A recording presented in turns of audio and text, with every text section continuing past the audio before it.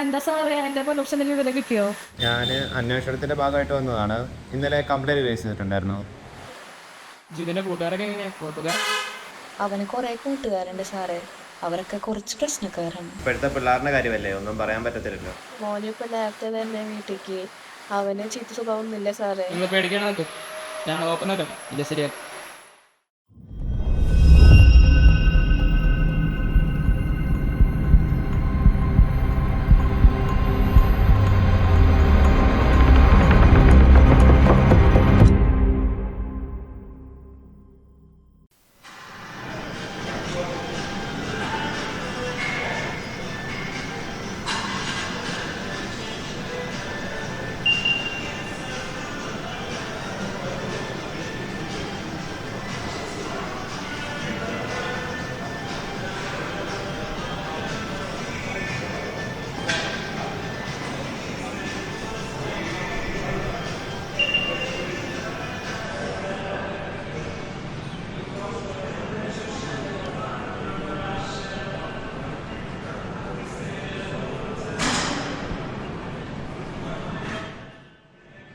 പുള്ളികളെ ജിതിനടാ നമ്മൾ പഠിച്ചത്.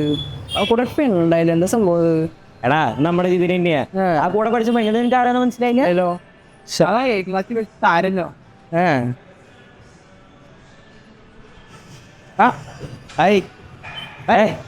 എടാ ഇതിനെ ഞങ്ങൾക്ക് അറിയാടാ, കുറേ കണ്ടിട്ട് തന്നെ. എന്ത് വർത്താനാടാ, അങ്ങനെയൊക്കെ മറക്കാൻ പറ്റുമോ? നിങ്ങളൊക്കെ ഈ ജിമ്മിലായിരുന്നു വരുന്നത്. എനിക്കാണെങ്കിൽ +2 കഴിഞ്ഞ് അഡ്മിഷൻ കിട്ടിയത് കൊച്ചിയിലാണ്, പിന്നെ അങ്ങോട്ട് കൊണ്ടുവന്നു.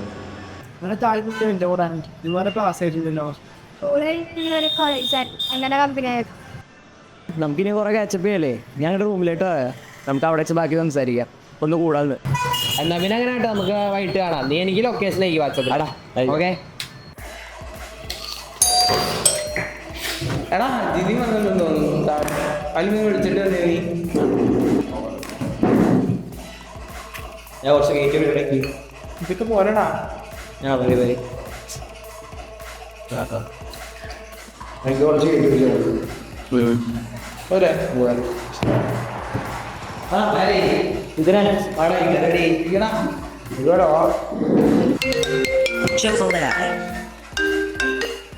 എടാ സാധനങ്ങളുണ്ട്, അത് ജെബി പോയി പൈസ ഇട്ടാ ഞാൻ പറയാം. ഓടി തരാം.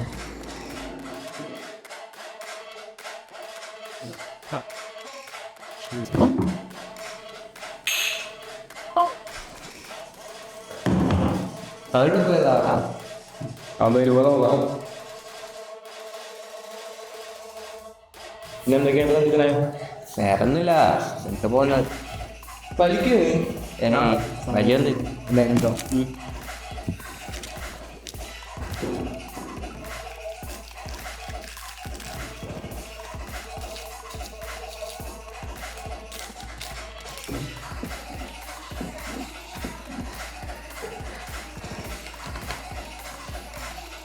എനിക്കൊരു ഇത് വേണ്ട, ഇത് തന്നെ അടിച്ചിട്ട് കട്ടായിട്ടിരിക്കുന്നേ.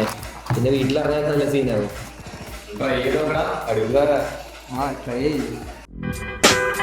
കിളിയേ കിളിയേ മണി മണി മേഘത്തോപ്പിൽ ഒരു മലമുള്ളാൻ പോകും അഴകഴകേ.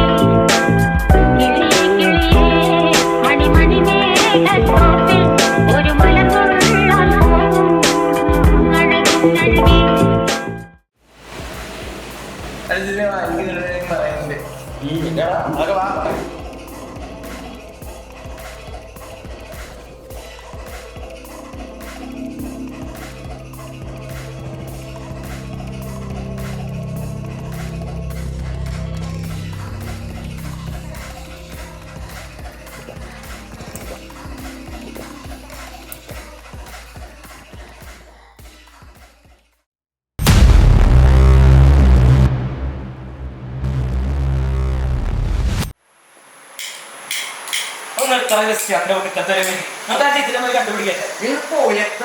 പിന്നാലെ പോണ എന്റെ കാര്യണ്ടാ, അവന്റെ പിന്നാലെ അവന്റെ പോലീസ് പോകുന്നു. എന്റെ കാര്യണ്ട അവന് പോയിട്ട് അവന് ഒന്നാമത്തെ കഞ്ചാവ വെറുതെ പോയി. നമ്മളൊക്കെ തന്നെയല്ല അവന് കൊടുത്തു തുടങ്ങി. എന്നിട്ടാണ് അങ്ങനെയൊക്കെ പറയണേ. നിങ്ങൾ ഇവിടെ നീ ഡയലോഗ് അടിച്ചിട്ടൊന്നും കാര്യമില്ല. ഒന്നല്ലെങ്കിൽ നടന്നല്ല വേണ്ടി പോലീസിനോട് പറയാ, അല്ലെങ്കിൽ നമുക്ക് നമ്മുടെ രീതി തന്നെ അന്വേഷിക്കാം. എത്ര നിങ്ങളുടെ സ്നേഹം, നിങ്ങളുടെ പാടായി ഞാൻ എങ്ങോട്ടും ഇല്ല. ഞാൻ മാറിയൊന്ന്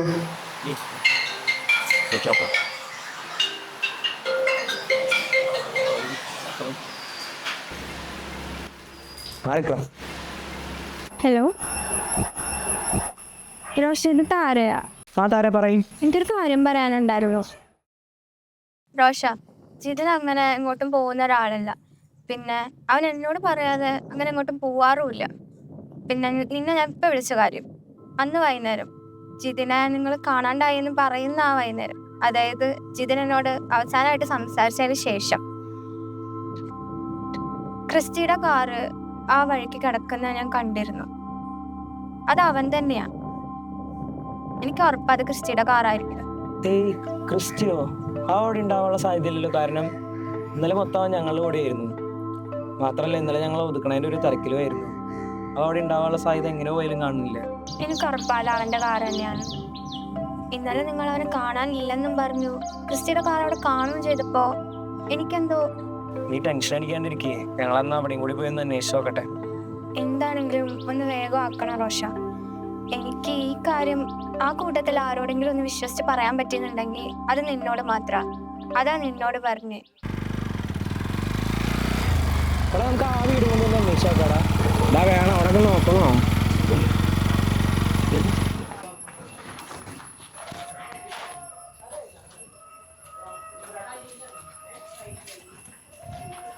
വേടാ ഇവിടെ നോക്കാം.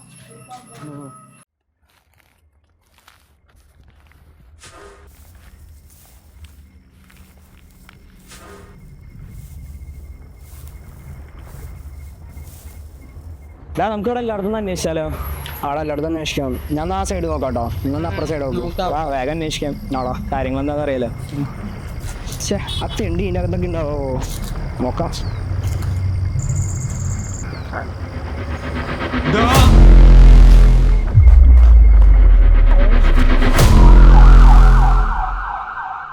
സ്റ്റിച്ച് ഇട്ടിട്ടുണ്ട് തലയിൽ. നല്ല വേദനയുണ്ടോ? കുറച്ച് വേദന എടുക്കുന്നുണ്ട്. വേദനയ്ക്കുള്ള മരുന്ന് തരും. നല്ല പോലെ റെസ്റ്റ് എടുക്കണം കേട്ടോ. ഡോക്ടർ, ഞങ്ങൾ വെസ്റ്റ് പോലീസ് സ്റ്റേഷനിൽ നിന്ന് വരുന്നതാണ്. അപ്പോൾ പേഷ്യൻ്റ് ഇപ്പോൾ എങ്ങനെയുണ്ട് കണ്ടീഷൻ? പേഷ്യൻ്റ് ഇപ്പോൾ ഓക്കെയാണ്. അധികം സംസാരിപ്പിക്കാൻ പാടില്ല. ഓക്കെ. ജിതിനല്ലേ? ആ അതെ സാറേ, ഞങ്ങൾ കേസിൻ്റെ ഭാഗമായിട്ട് വന്നതാണ്. കഴിഞ്ഞ ദിവസം എന്തായാലും സംഭവിച്ചത്? ക്രിസ്ത്യൻ ജിതിന് തമ്മിൽ എന്തെങ്കിലും പ്രശ്നങ്ങളൊക്കെ ഉണ്ടോ? ക്രിസ്റ്റിയായിട്ട് എനിക്ക് പ്രശ്നമൊന്നുമില്ലല്ലോ സാറേ. അപ്പൊ ക്രിസ്ത്യല്ലേ? ക്രിസ്റ്റി അല്ല സാറേ, റോഷനാ.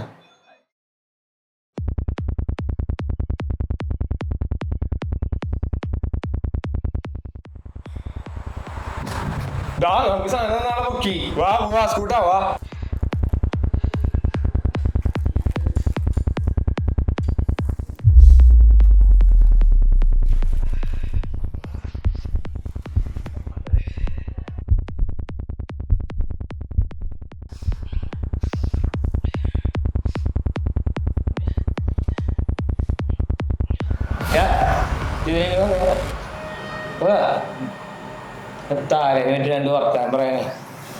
എന്താടാ അവളെ പറ്റി എന്താ അറിയണ്ടേ? നിന്റെ പെണ്ണിനൊന്ന് കിട്ടോടാ.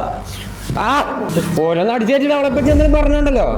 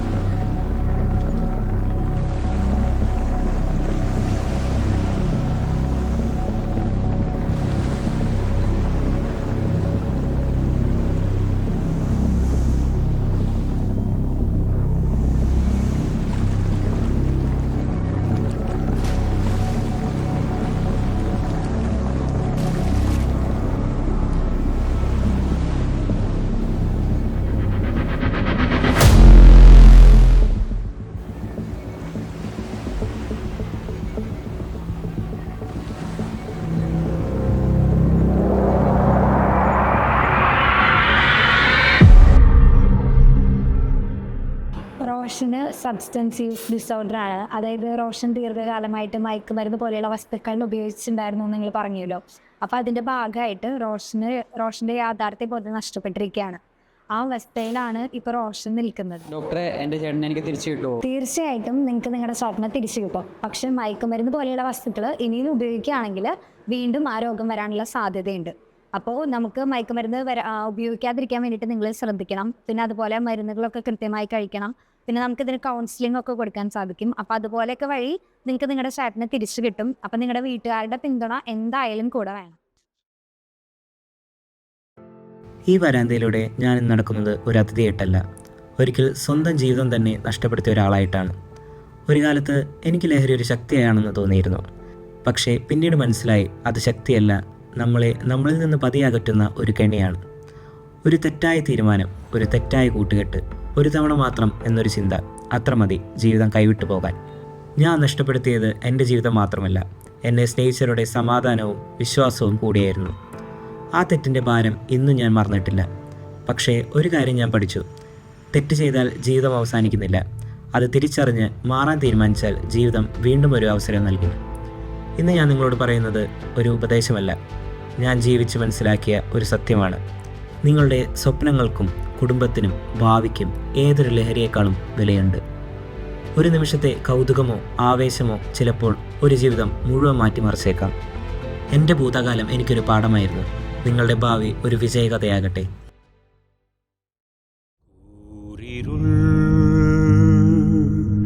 കാലമാ ന്യായവുമേ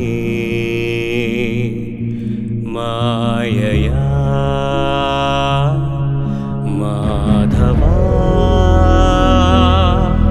ദൂരയോ തിരികെ വരാൻ മറന്നു ജ്വലിതം ഭൂമി രുധിരം വീഴും നരകം ഈ ജഗമേ ചരിതം ചാരം വിധിയും ശൂന്യം ദുരിതം Thrissur mother college of nursing വിദ്യാർത്ഥികൾ ലഹരിക്കെതിരായി നിർമ്മിച്ച ഷോർട്ട് ഫിലിമിന് എല്ലാവിധ ഭാവങ്ങളും നേരുകയാണ്. ഇത്തരത്തിലുള്ള നടപടികളിലൂടെയാണ് നമുക്ക് ലഹരിക്കെതിരായ ആശയം സമൂഹത്തിലേക്ക് എത്തിക്കുവാൻ സാധിക്കുകയുള്ളൂ. ലഹരി ഉപയോഗം ശ്രദ്ധയിൽപ്പെട്ടാൽ എക്സൈസ് വകുപ്പിനെ അറിയിക്കേണ്ട നമ്പർ 9447178000. അതോടൊപ്പം ട്രീറ്റ്മെൻറ്റിനും കൗൺസിലിങ്ങിനുമായി ബന്ധപ്പെടേണ്ട നമ്പർ 14405.